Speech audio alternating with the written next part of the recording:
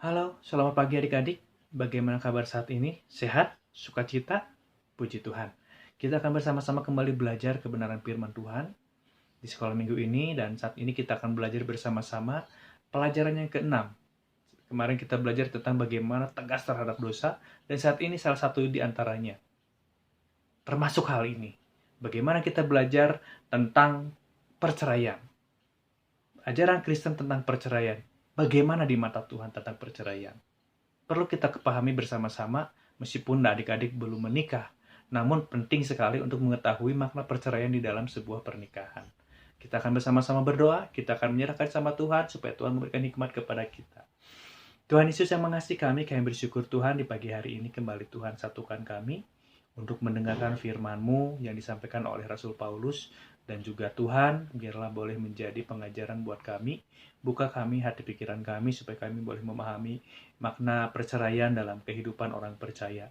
Kami serahkan sepenuhnya ke dalam tangan kuasa-Mu Tuhan, dalam nama Tuhan Yesus kami berdoa, amin. Perceraian, apa yang tersirat dalam benak adik-adik tentang perceraian? Tentunya sebelum kita mengenal lebih jauh tentang perceraian, kita harus tahu perceraian itu terjadi karena ada pernikahan. Nah, yang harus dipahami dalam sebuah pernikahan orang Kristen adalah bagaimana kita harus menghargai, bagaimana kita harus meyakini bahwa pernikahan itu cuma satu kali. Tidak ada dua kali maupun tiga kali. Kita bisa melihat di dalam ayat hafalan kita hari ini tentang pernikahan itu seperti apa. Kita lihat bersama-sama dalam Matius pasal yang ke-19, ayat yang ke-5 dan sampai ayat yang ke-6. Saya akan bacakan. Dan firman-Nya, sebab itu laki-laki dan akan meninggalkan ayahnya dan ibunya, dan bersatu dengan istrinya, sehingga kedua itu menjadi satu daging. Demikianlah mereka bukan lagi dua, melainkan satu. Karena itu apa yang telah dipersatukan Allah tidak boleh diceraikan oleh manusia. Apa yang sudah dipersatukan Allah tidak boleh diceraikan oleh manusia. Pernikahan itu dipersatukan oleh Allah melalui pendeta, pemberkatan pendeta, di hadapan sidang jemaat. Artinya kita berikrar, kita berjanji bersama-sama, sehidup semati, setia, baik dalam suka duka, dalam satu keluarga, itu disaksikan oleh jemaat, oleh orang tua, saudara kita, kerabat kita, bahkan di dalam Tuhan, di gereja. Artinya itu upacara yang sangat-sangat sakral, sangat-sangat kudus, yang harus kita junjung tinggi dalam sebuah pernikahan Kristen. Makanya di dalam kekristenan tidak boleh ada kata perceraian. Seperti yang dikatakan dalam Matius 19 ini, dikatakan karena itu apa yang telah dipersatukan Allah tidak boleh diceraikan oleh manusia. Tidak boleh diceraikan oleh manusia. Alasan apapun sih sebagai orang percaya, kita tidak boleh menceraikan pernikahan kita. Kita tidak boleh menceraikan istri kita, tidak boleh menceraikan suami kita. Itu yang dilarang, sangat-sangat dilarang oleh Tuhan. Karena dari awal pun Tuhan yang menciptakan satu Adam dan satu Hawa. Cuman monogami. Itu tidak ada pasangan lain, tidak ada cadangan lain. Cuman satu kali selama-lamanya. Dan hanya maut yang bisa memisahkan, menceraikan pernikahan itu. Lalu kenapa sekarang banyak orang yang bercerai? Banyak orang yang bercerai di kalangan artis, di kalangan banyak masyarakat. Apalagi di masa pandemi ini, kita lihat Departemen Agama, Pengadilan Agama begitu penuhnya. Kemarin terakhir yang masuk berita adalah di Soreang. Satu hari nyampe 200 orang bercerai. Belum kemarin di Sukabumi. Ada banyak kasus perceraian hanya karena apa? Mungkin masalah ekonomi, masalah ketidakcocokan, ataupun masalah perselingkuhan dan lain sebagainya. Sebetulnya di dalam Tuhan, apapun alasannya, tidak boleh menceraikan. Nah, Tuhan tidak mengizinkan perceraian. Pada awalnya, Tuhan tidak mengizinkan perceraian dilakukan oleh manusia. Allah yang Maha Kasih membangun dunia dan keluarga dengan kasih-Nya. Bahkan ditegaskan bahwa seorang laki-laki dan perempuan akan meninggalkan orang tuanya dan bersatu dengan pasangannya. Tidak ada perceraian. Tidak ada pemisahan satu dengan yang lainnya. Perceraian berarti berakhirnya ikatan pernikahan kudus yang seharusnya berlangsung seumur hidup. Ingat, perceraian berarti berakhirnya ikatan pernikahan kudus yang seharusnya berlangsung seumur hidup. Artinya ada pemisahan antara suami dan istri. Entah itu istri yang menceraikan suaminya, atau sebaliknya suaminya menggugat cerai istrinya. Itu banyak terjadi di kalangan masyarakat maupun selebriti. Baik itu orang percaya maupun di luar Tuhan. Nah, apa sih yang menyebabkan perceraian itu terjadi? Apa sih pandangan Tuhan terhadap perceraian? Kita lihat pandangan Tuhan itu terhadap perceraian. Yang pertama adalah Tuhan membenci perceraian. Tidak, Tuhan membenci perceraian. Kita lihat di dalam 1 Korintus pasal yang ke-7 tadi, ayat yang 10 sampai 11 tentang perceraian. Ayat yang 10, kepada orang-orang yang telah kawin, aku tidak, bukan aku, tetapi Tuhan. Kata Tuhan, katakan perintahkan, supaya seorang istri tidak boleh menceraikan suaminya. Perintah Tuhan loh, dikatakan. Dan jikalau ia bercerai, ia harus tetap hidup tanpa suami dan berdamai dengan suaminya. Dan seorang suami tidak boleh menceraikan istrinya. Kalau terjadi, ya harus kembali lagi. Tidak bisa menikahi yang lain. Kalau menikahi yang lain berarti dia sudah berzina di hadapan Tuhan. Dia mempermainkan berkat Tuhan. Dia mempermainkan pernikahan. Percaya. Tuhan sangat membenci perceraian. Tuhan Allah tidak merancang perceraian dalam kehidupan manusia. Tuhan Yesus menegaskan kembali bahwa pernikahan bersifat permanen. Sampai maut memisahkan keduanya. Seperti di dalam Matius 19 ayat 3 sampai ayat yang ke-6. Lalu yang kedua, perceraian terjadi karena kekebebalan atau kekerasartian manusia. Saling ego. Tidak mau mengalah dalam satu keluarga. Inginnya menang sendiri. Egois yang tinggi. Baik itu suami ataupun istri. Kebebalan manusia, kekerashatian manusia, itu yang menyebabkan orang bisa bercerai. Karena apa? Nafsu. Dia ingin mungkin memiliki yang lain. Itu bisa jadi terjadi. Makanya dari itu kita harus waspada.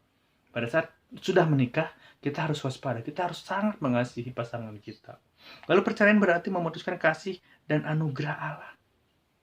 Memutuskan kasih dan anugerah Allah. Mas Petrus pernah bahas dalam PKMB bagaimana pernikahan itu adalah satu anugerah yang dimana pasangan kekasih itu dipersatukan di dalam Tuhan secara kudus. Itu anugerah Allah yang luar biasa yang tidak boleh diambil, dicerai-beraikan oleh manusia. Dalam kitab Maleakhi, bukankah Allah yang esa menjadikan mereka daging dan roh? Dan apakah yang dikehendaki kesatuan itu? Keturunan ilahi. Jadi jagalah dirimu dan janganlah orang tidak setia terhadap istri dan masa mudanya. Dari masa mudanya, sebab aku membenci perceraian. Firman Tuhan, Allah Israel. Aku membenci perceraian, itu kata Allah kepada bangsa di Israel. Pernikahan adalah sakral dan kudus. Ingat, pernikahan sakral dan kudus. Tadi Kak Petrus bilang disaksikan oleh jemaat. Disaksikan oleh orang tua kita, saudara kita. Diberkati oleh pendeta. Dan juga diberkati, dikuduskan oleh Tuhan. Itu yang sangat-sangat tidak boleh mempermainkan yang namanya pernikahan. Apalagi perceraian itu tidak boleh dilakukan. Nah, makna perceraian itu apa sih? Ada banyak hal orang yang tidak mengerti perceraian itu seperti apa. Dampaknya bagaimana. Yang pertama adalah perceraian adalah pengkhianatan terhadap Tuhan. Pengkhianatan terhadap Tuhan. Kita sudah berjanji sama Tuhan. Terhadap jemaat.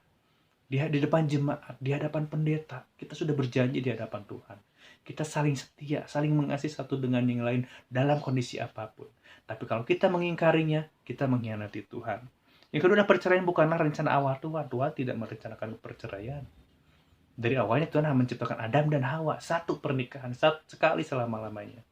Tapi karena kedegilan manusia, karena dosa-dosa manusia, karena emosi manusia, nafsu manusia, sehingga perceraian itu ada pada masa perjanjian lama. Dan Musa terpaksa mengeluarkan surat perceraian itu.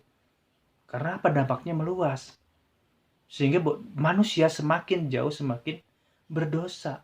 Karena ketidakcocokan, perzinahan, dan lain sebagainya. Perceraian bukanlah rencana awal Tuhan. Tidak ada rencana awal Tuhan. Lalu perceraian adalah penghancuran masa depan keturunan. Tahu dampaknya perceraian? Apa yang terjadi terhadap keluarganya? Terlebih anak-anaknya yang ditinggalkan, dia akan sangat bingung, sangat kecewa. Karena orang tua bercerai. Mas Petrus bisa menyaksikan sendiri adik Mas Petrus yang bercerai. Bagaimana dia, anaknya itu bingung harus ikut ayahnya atau mamahnya. Dia sangat bingung sekali. Emosinya, mentalnya terganggu karena orang tuanya berpisah. Dan sekarang dia punya mamah baru. Dan juga bapaknya baru. Punya mama tiri dan bapak tiri. Karena apa? Kedua-duanya sudah saling menikah. Itu yang membuat mereka bingung. Itu dampak yang sangat terlihat oleh kita. Tapi yang tidak terlihat adalah mungkin dari emosi buat orang itu sendiri. Suami maupun istri itu sendiri memiliki emosi yang akan berubah-ubah, tidak terkendali di dalam Tuhan. Karena dia lebih mementingkan perceraiannya. Itu dampak dari perceraian. Nah, bagaimana kita bisa mencegah perceraian itu terjadi? Bagaimana kita mencegah perceraian itu terjadi? Ada pepatah mengatakan mencegah terjadinya persoalan itu lebih baik daripada memecahkan persoalan yang datang. Lebih baik kita mencegah daripada mengobati. Betul? Lebih baik kita mencegah daripada mengobati, dikatakan. Pepatah itu menegaskan bahwa tindakan pencegahan sebelum terjadi sesuatu yang besar menjadi cara yang baik untuk menghalau datangnya permasalahan. Apa yang menyebabkan orang bisa perceraian? Mungkin dia tertarik terhadap orang lain. Makanya jangan kompromi dengan orang lain. Jangan kompromi dengan pasangan lain. Artinya orang lain. Ada wanita idaman lain, pria idaman lain, itu yang tidak boleh terjadi. Jangan mencoba-coba kita bermain api dalam hal seperti ini. Kita manusia yang lemah. Ingat, iblis bisa masuk ke dalam diri kita, kelemahan kita. Sekali kita kompromi, di situ iblis akan lebih mendorong kita untuk terus berkompromi dengan dosa itu, perselingkuhan dan lain sebagainya. Nah, yang perlu kita tingkatkan dalam mencegah perceraian pertama adalah berdoa dan pengampunan dalam keluarga. Bagaimana doa kita dalam keluarga? Bagaimana kita mendoakan pasangan kita? Bagaimana kita mengampuni mereka? Kalau kita mau mengampuni, maka pernikahan itu akan terjaga dengan baik. Kalau ada doa dan pengampunan terhadap pasangan satu dengan yang kedua, mengubah pola pikir. Bagaimana kita harus berpikir yang secara realistis di dalam Tuhan. Ingat, di dalam Tuhan, sesuai dengan kehendak Tuhan. Jangan memikirkan emosi sendiri.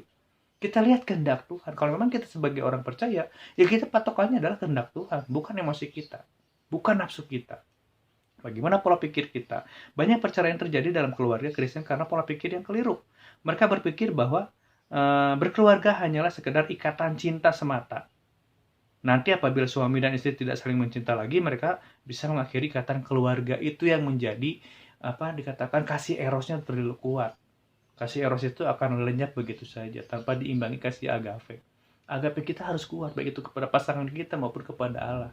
Bagaimana kita menghargai, menghormati, mengasihi mereka seperti mengasihi diri sendiri. Lalu melakukan perubahan-perubahan. Apa? Kalau kita sudah merasa kita lemah, kita harus keluar dari hal itu. Kita tidak boleh berkompromi dengan kelemahan kita. Kita harus terus kuat di dalam Tuhan. Kita harus banyak memiliki vitamin-vitamin yang positif untuk memberikan kekuatan dalam pernikahan kita. Melakukan perubahan-perubahan, namun tentunya berubah menjadi lebih baik daripada waktu yang sebelumnya. Kelemahan kita apa? Mungkin kita sering tergoda sama yang lain, ataupun kita emosian, kita egois. Itu yang harus kita hindari. Itu yang harus kita rubah. Karena kita sudah menjadi satu, dua itu bukan menjadi saya sendiri. Sudah menjadi kita, bukan saya. Bukan kamu, tapi kita dalam pernikahan itu. Jangan malu meminta bantuan. Jangan malu, gengsi. Udah jadi istri kita kok, udah jadi pasangan kita kok. Ngapain kita gengsi? Malu. Itu yang harus kita perhatikan. Kitab Hosea ayat 2 ayat 18-19 mengatakan, Aku akan menjadikan engkau istriku untuk selama-lamanya. Dan aku akan menjadikan engkau istriku dalam keadilan dan kebenaran, dalam kasih setia dan kasih sayang. Aku akan menjadikan engkau istriku dalam kesetiaan sehingga engkau akan mengenal Tuhan. Membentuk keluarga membutuhkan beberapa pihak agar pernikahan bisa terjaga keutuhannya sampai maut menjemput. Kita harus punya teman sharing. Pendeta bisa dijadikan teman sharing kita. Atau yang lebih senior dari kita itu bisa dijadikan teman sharing buat kita. Sehingga kita bisa lebih menjaga pernikahan kudus kita. Nah, lalu kita kemudian ada beberapa pihak yang dapat dimintai bantuan. Nasihat. Ya orang tua kita, yang tentunya mereka yang sudah di dalam Tuhan, yang perlu kita mintai nasihat dari mereka. Nah, jadi kita perlu tahu bahwa perceraian itu tidak boleh, apapun alasannya tidak boleh terjadi dalam kalangan orang percaya. Kesimpulannya adalah dalam kekristenan Allah tidak menciptakan perceraian. Perceraian terjadi karena ketegaran hati manusia, kedegilan manusia, kekeras hatian manusia, keegoisan manusia. Untuk menjaga agar tidak terjadi perceraian, orang Kristen harus rela untuk mengampuni. Itu kuncinya. Mengampuni pasangan kita. Kesalahan apapun yang dilakukan oleh pasangan kita, kita harus belajar mengampuni mereka. Banyak berdoa, mengubah pola pikir yang salah, terus melakukan perubahan-perubahan yang membangun, dan jangan malu untuk meminta bantuan kepada orang lain. Bagaimanapun caranya, pernikahan ini harus bertahan sampai maut memisahkan kita. Itu satu komitmen yang harus dimiliki oleh seorang pasangan suami istri. Nah, bagaimana dengan kita semua? Sudah siapkah kita menikah? Adik-adik semua sudah menikah? dengan konsekuensi-konsekuensi yang ada. Itu yang harus kita ikuti sebagai orang percaya. Mari kita berdoa. Tuhan Yesus yang mengasihi kami bersyukur Tuhan untuk kasih-Mu. Kami berterima kasih karena Tuhan menolong kami untuk mengerti makna perceraian dalam lingkungan orang percaya. Biarlah kami bisa dijauhkan Tuhan dari hal itu dengan kasih yang Tuhan berikan bagi kami, perlindungan yang Tuhan berikan bagi kami dalam pasangan kami. Kami akan adik-adik kami Tuhan, mereka dan juga calon pasangan hidup mereka, biarlah Tuhan akan berkati, Tuhan persatukan mereka dalam Tuhan secara kudus. Terima kasih Tuhan, dalam nama Tuhan Yesus kami berdoa. Amin. Selamat pagi, Tuhan Yesus memberkati.